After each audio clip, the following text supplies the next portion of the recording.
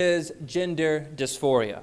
Gender dysphoria refers to an incongruence between one's experienced or expressed gender and assigned gender in conjunction with clinically significant distress or impairment in social, occupational, or other important areas of functioning. Now, admittedly, this definition sounds a little convoluted, and it's actually designed to be a little bit more politically correct. But in short, using layman's terms, gender dysphoria is used to refer to a disorder where one feels a distressing disconnect between their biological sex. For example, there may be a biological man who feels uncomfortable in his body and feels more comfortable thinking of himself as a woman, and of course vice versa. And those who struggle with this disorder struggle at a deep emotional level. According to Andrea Long-Chu, a trans woman, she describes dysphoria in this way. Dysphoria feels like being unable to get warm, no matter how many layers you put on. Feels like hunger without an appetite. It feels like getting on a plane to fly home only to realize mid-flight that this is it. You're going to spend the rest of your life as though you were on an airplane. It feels like grieving, and it feels like having nothing to grieve. And children sometimes struggle with gender dysphoria as well. It can affect anyone of any age, but children can suffer from it as well. And many of them have lamented at how confused and how perplexed they are. Some have described their distress as though God must have made a mistake. Some have wished to die and come back in another body. Others have wished to take scissors and to fix, quote unquote, fix their body. But for those who do have this distress over their body and the sex that they were born with, what is the solution? Generally speaking, there are two solutions that are offered. One is through therapy to help them find the root of their dysphoria and to help them become comfortable with their biological sex. The second suggests that this feeling of being the opposite gender is an actual sense of who they truly are and that they should embrace this feeling or sense. Such individuals with gender dysphoria who claim to be the gender of such individuals with gender dysphoria who claim to be the gender of their opposite sex. Let me rephrase that. I want to get this right. Such individuals with gender dysphoria who claim to be the gender opposite to their biological sex refer to themselves as transgender, trans from the Latin, meaning on the other side of.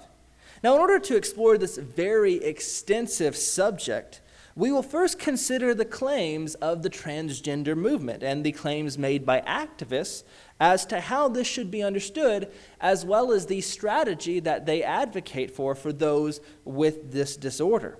We'll also explore the data to see if their ideology and their strategy is beneficial to those with gender dysphoria. And along the way, we'll explore what sex is and what gender is, and if they are distinct, as well as what makes a man and what makes a woman a woman. We're also going to consider what is the best solution for how to cope with gender dysphoria, and we will end by considering how we as Christians should respond to individuals struggling with this disorder. But before we go any further, we should note a few things. For one, just because someone who has gender dysphoria doesn't mean they identify as transgender.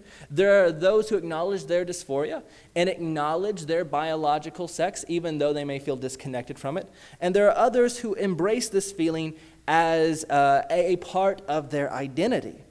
And one thing we should note is that this lecture will include some graphic anatomical details, and if you read the manuscript, there will be sexually explicit details as well, so listeners and readers are advised. Also, this lecture is heavily edited from the manuscript. This is a big topic. Even the manuscript only covers this in a very superficial way. So if you want more information on it, look into the manuscript and then do more research. It's just a very big topic.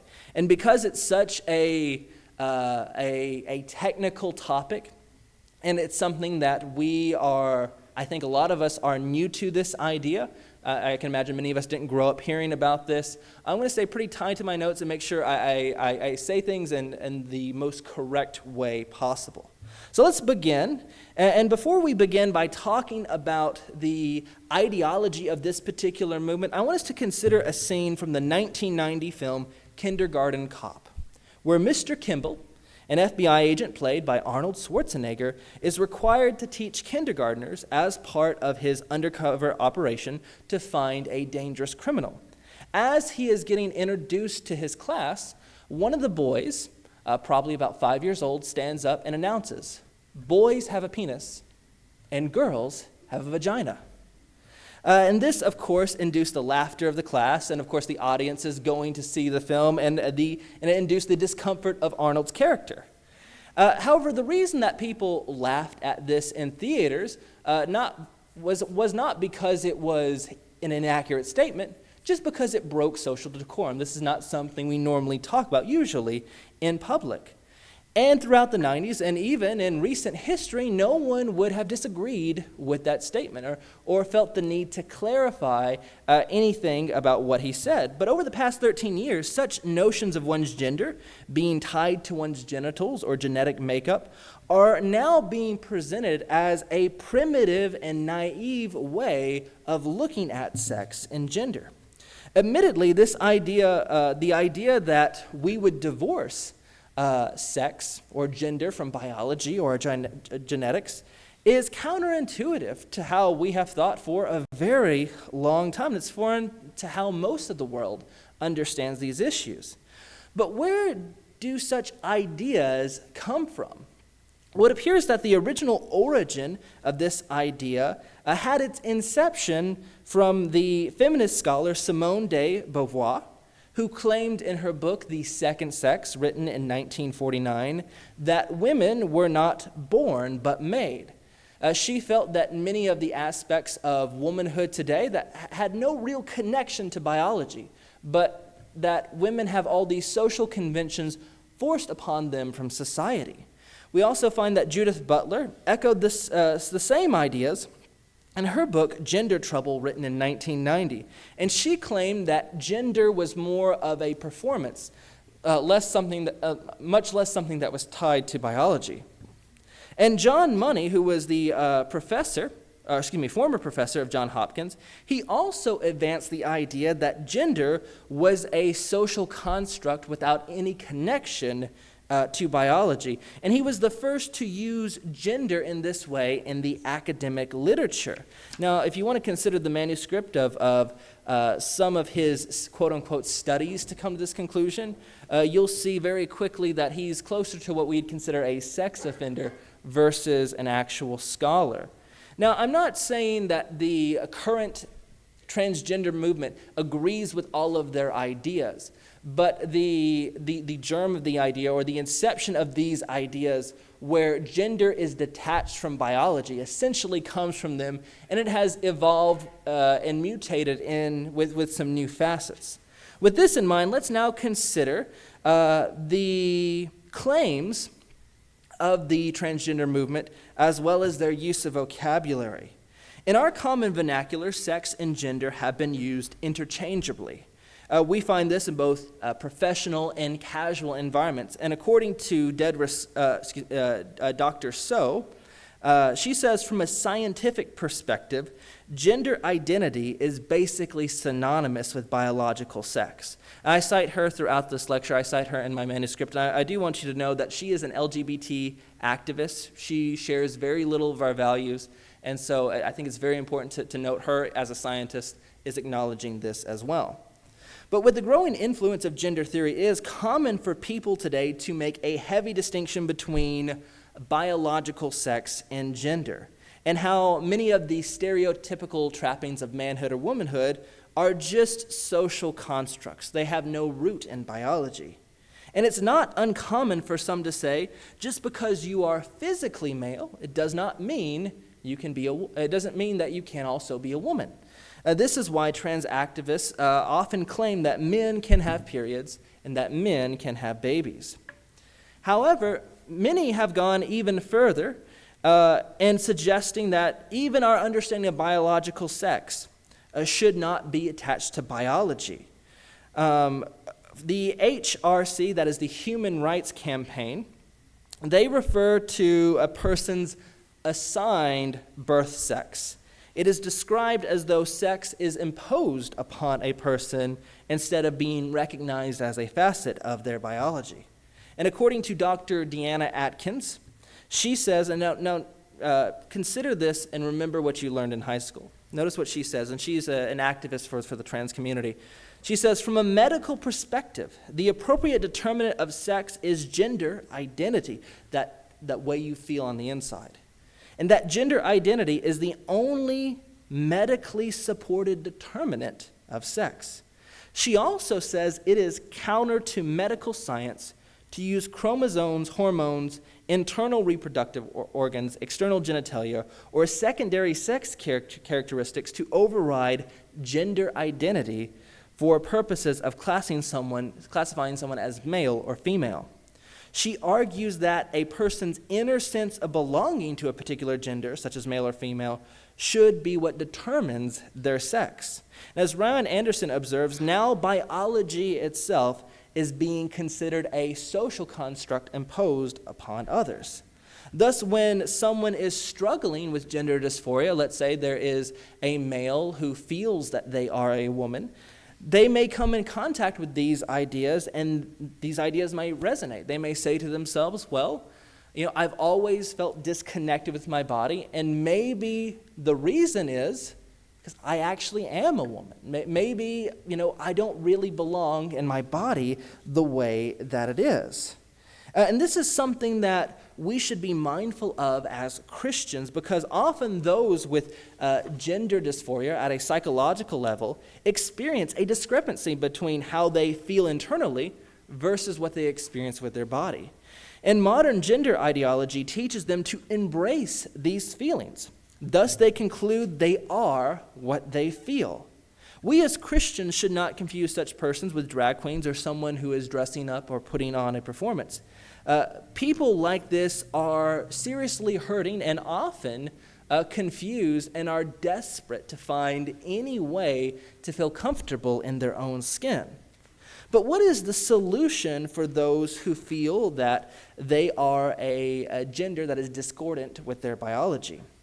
Well, according to Dr. Atkins, and those who share her same conviction, conclude that the ideal solution is to support outward expression of the person's gender identity and to bring the body into alignment with that identity. And she concludes that she argues that this should consist of 4 phases.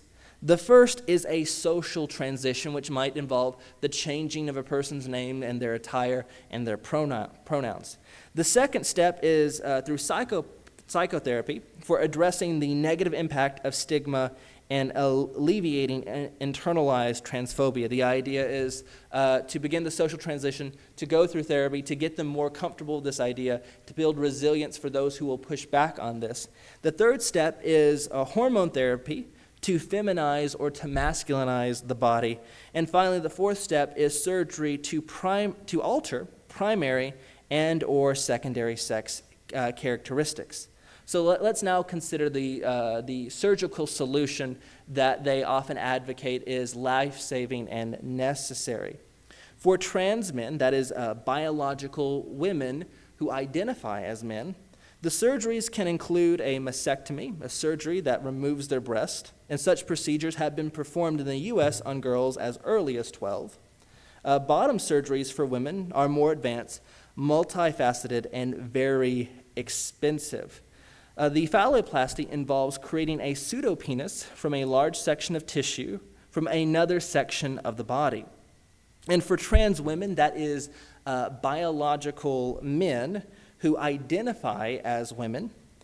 This, for them, can include breast implants, facial feminization surgery, which involve cheek and lip augmentation, shaving the brow bone, nose, and jaw, tracheal shaving, as well as the feminization surgery, which involves the shortening of the vocal cords. Trans women can also opt for a vaginoplasty, in which a pseudo-vagina is created. This process involves using the lining from the colon or inverting the penis to create a pseudo-vaginal canal. In order to create a pseudo-vagina, a permanent wound must be created and maintained in the pelvis. To prevent the wound from closing, a tampon dilator must be used on a regular basis until intercourse becomes frequent. Now, such endeavors, as you can imagine, can be extremely expensive and extremely painful, with lifelong side effects and a lifelong dependence on the medical community. And this is often encouraged as something necessary and life-saving, and something that our society as a whole should get behind. And so, of course, the question we should ask, just on one level, is if people are advocating such extreme acts, are they beneficial? You know, if you are encouraging someone to alter their body in such a extreme way, does the data indicate that this helps them at all? So let's consider the consequences of modern gender ideology. There are three things that I want us to know. And first, I want us to consider the consequences of transitioning children. And one of the first things I want us to observe is that when it comes to transitioning children, that it often creates more harm than good. Children from a young age who consistently express a desire to be a gender opposite their biological sex are encouraged throughout the Western world by various parents and teachers that this is a good thing. And many argue in this movement that children have a firm understanding of their gender by the age of 2, and that this gender that they feel by the age of 2, this internal feeling, is immutable and can't change. And thus, from as early as 2 or 3, there is a process that is initiated to transition the child in many families. However, and by the way, what I'm about to say, you can forget everything else I say, just remember this one statistic. However, what few activists bring up or acknowledge is that 80 to 95 of kids who have gender dysphoria will grow out of it naturally on their own. 80 to 95%. However, if they are encouraged to socially transition and begin taking puberty blockers, this often solidifies the dysphoria, making them less likely to become comfortable with their own bodies, and leading down a long and difficult road of establishing romantic relationships, as well as enduring painful and expensive surgeries and relying continuously on the medical community. The next thing I want us to observe is that encouraging dysphoria is more likely to lead to detrimental outcomes. 41% of people who identify as transgender will attempt suicide in their life, in comparison with the 4.6% of the rest of the population. People who identify as transgender are more likely to suffer from conditions that lead to suicide, like depression, anxiety disorders, and substance abuse. And unfortunately, these outcomes are often reported in the cultures that are most accepting of the transgender community. One might conclude that in light of this, overcoming gender dysphoria would be the ideal solution, yet instead, so many are encouraged instead to make this a central facet of their identity. Also, surgical transitions do not appear to help those who go through them. The data does not bear out a positive outcome. For those who go through the surgery, as we'll see, there's no indication that this is beneficial. John Meyer, a psychiatrist and a psychoanalyst at Hopkins, he sought to follow up with those who had undergone sex change surgeries at their hospital. And he in his data, he found that some regretted it and others saw no substantial improvement to their lives. He observed, and this is his quote, "They had much the same problems with relationships, work, and emotions as before. The hope that they would emerge now from their emotional difficulties to flourish psychologically had not been fulfilled." And the Obama administration, it should be noted that the Obama administration was the administration that encouraged many institutions to accept this ideology and encouraged many medical professionals to encourage these kinds of transitions. However, even the Obama administration admitted that the best studies do not report improvement after reassignment surgery. Also, Centers for Medicaid and Medicare were not mandating sex reassignment surgeries because the data did not indicate it was beneficial. And according to the most robust studies on outcomes of sex reassignment surgery, they have shown an increased rate in mortality and psychiatric hospitalization. The mortality was primarily due to suicide. So one can observe from the proposed solutions from the transgender movement that this does not provide a positive or a helpful outcome, but it simply helps people maintain the discomfort that they already have, and if not, encourages a higher mortality rate. So if we can see that this is obviously heading in the wrong direction for so many people, let's just take a step back for a moment and just ask a basic question. What is a man and what is a woman? For those who hold a more traditional perspective, typically find this question pretty easy to answer. But for those in the trans movement and the LGBT movement as a whole, often find it very difficult to answer this question. In fact, you can go to YouTube and you can find that when they're asked this question, they often don't provide any answer at all. The best answer that is given is that gender, or sometimes even sex, is actually an internal feeling of male or female. But this raises an even bigger question. Can a male know what it is like to be female? Can you know what that feeling is? Can you define that feeling? No answers are given, and such questions are ignored. Now, what is sex truly rooted in, or what determines the sex of an individual? I elaborate on this a little bit more in my manuscript, but I will briefly summarize here. The sexing of an embryo primarily comes down to one particular gene, the SRY gene.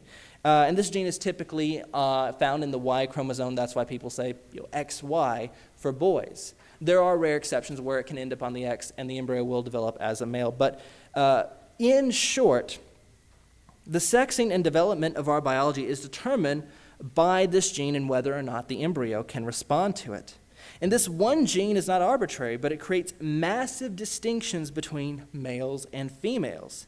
This gene, or its absence, determines whether or not gonads or ovaries are developed. And then these organs secrete specific hormones that regulate the developmental process. And then at puberty, these differences diverge even more, creating distinctions in size and shape of bone length and density, fat distribution, musculature, differences in various organs, including the brain, the most sexed organ, second only to our reproductive system.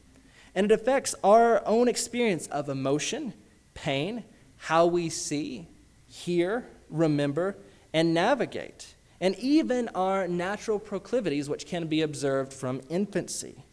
Humans have always observed the distinction between male and female.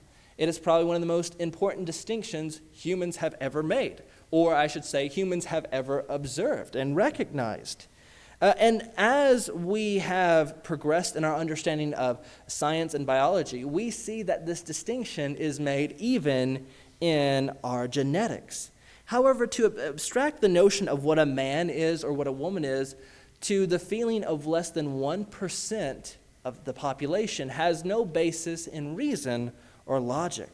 Though some have tried to distinguish between sex and gender, there's no scientific basis to do so. As Deborah So again says, from a scientific perspective, gender identity is basically synonymous with biological sex.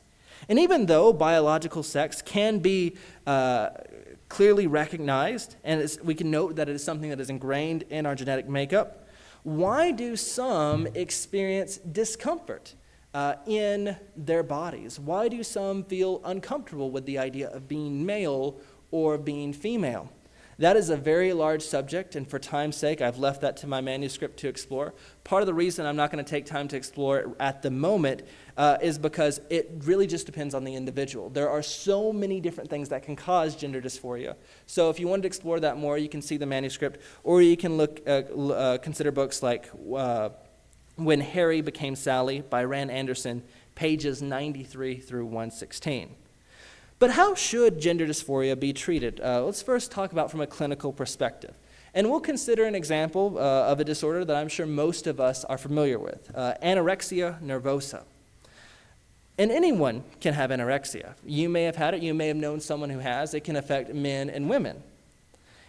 And a person with this disorder may feel as though they are extremely obese, even if they are dangerously thin.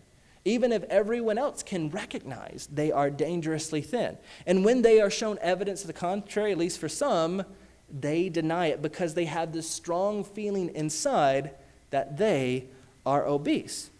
So what is the solution for those struggling with anorexia? Well, psychologists use therapy to help bring their distorted view in line with reality. What would happen if a psychologist validated the inner feelings of someone with anorexia? They would probably die of malnutrition or organ failure. Let's also consider another one. What about body integrity identity disorder, BIID for short? This is a disorder where a person may feel on the inside as though they are disabled. They may feel like a disabled person. And some with this condition have sought to have a limb amputated or to have their spinal cord severed. Though they feel extremely uncomfortable with their bodies, no rational person would legitimize those feelings as authentic or normal. Nor would we argue that severing a person's spinal cord is the way to treat anyone. Instead, what do psychologists do? They try to bring their distorted view of reality in line with reality itself. And even doctors like Dr. Ann Lawrence, who is transgender, has argued that there are many parallels between BIID and gender dysphoria. Well, why shouldn't we as a society view gender dysphoria in the same way? Why not encourage people in love and in empathy to realign their irrational view with reality? Isn't that the most loving and ethical thing? And yet, unfortunately, many politicians and many institutions want to do the opposite. Especially for children, even though, as we already pointed out, 80 to 95% will grow out of it naturally. And as study after study has shown, there does not appear to be any improvement to the person's life accepting this ideology or going through these painful and expensive surgeries. Now, I want to point out something. Many people of the world today hold what we can call a utilitarian ethic. It is an ethic that attempts to maximize happiness and minimize pain. And yet, what is prescribed to help those struggling with gender dysphoria does the exact opposite. It by no means minimizes pain, and by no means does it maximize happiness. Now, of course, though we as Christians have a higher ethic where we seek to order our lives and the world according to God's will and God's nature, I think it is important to note that even the ethic of the world, even a lesser ethic like utilitarian ethics, even that is shattered by this approach to gender dysphoria. And it also breaks many of our mantras, such as, you are fine the way you are, or you were born this way. You know, if a person is fine the way that they are, why should we seek to change everything about their body to fit an internal feeling that they may have?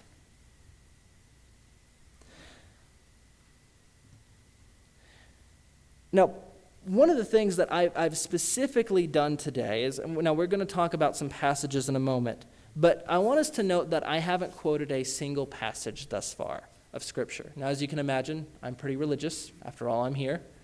But part of the reason I haven't is I wanted to demonstrate this very simple thing, that even the ethic that the world subscribes to cannot justify these actions, cannot justify these ideas, and cannot justify this behavior. And so, if we are talking to someone who is trapped in this ideology, if they're trapped in this way of thinking, maybe this is a place to start. Of course, we don't want to appeal to utilitarian thinking, but I think at least in this, we can demonstrate that this way of thinking, this way of helping people, does the exact opposite. So let's now consider how we as Christians can respond and think about this movement. We as Christians know that God has made humanity male and female, Genesis 1:27, and that according to Deuteronomy 22:5, that these distinctions should be honored and respected. And we, as the light of the world, Ephesians 5:6-14, ought to expose such fallacious and inconsistent claims and bring those who are in darkness to light. But we must be aware that there are several obstacles in our midst. For one, there are many, unfortunately, who are under the firm conviction that they are the gender that is opposite their sex. And when we're interacting with such people, hopefully in a loving and caring way, we ought to assess what kind of soil they are. Are they receptive to the truth? And if they are, we must present the truth to them in a way that is loving, gentle, and respectful. 2 Timothy 2:25. And we must be patient with their struggle. They have a disorder that sometimes makes it very difficult to see the truth, even if it's right in front of them. And remember, when we look at John chapter 16, verse 12, we see that Jesus was very patient with his apostles. In fact, even Jesus pointed out that they were not ready to understand the full weight of his revelation. He says, there's many more things I want to say to you. You're not ready for that. And so as we're studying with someone, as we're building friendships with those in the transgender community, we have to keep that in mind and take our time and be patient and reveal the truth to them as they are ready. And as we do, we can do what Paul did. As we see in Acts chapter 19, verses 9-10, he appealed to reason and to logic. And as we see in Acts chapter 17, verse 28, he appealed to the resources and the ideas of his day. And thankfully, when it comes to this, science is on our side. The statistics are on our side. And we can appeal to this to supplement the truth of God's word. But we must remember that this issue, along with most human issues, comes down to a trust in our own heart and mind over the truth. As we are reminded in Jeremiah chapter 17, verse 9, the heart is deceitful above all things and desperately sick. Who can understand it? Though it is a very human weakness to trust in our own understanding and feelings, such frailty can be compounded and magnified when one is struggling with mental illness. I also struggle with mental illness, though in a different way. But there is still one common underlying struggle, that for those who struggle with mental illness, we must learn to not always trust our thoughts and our feelings.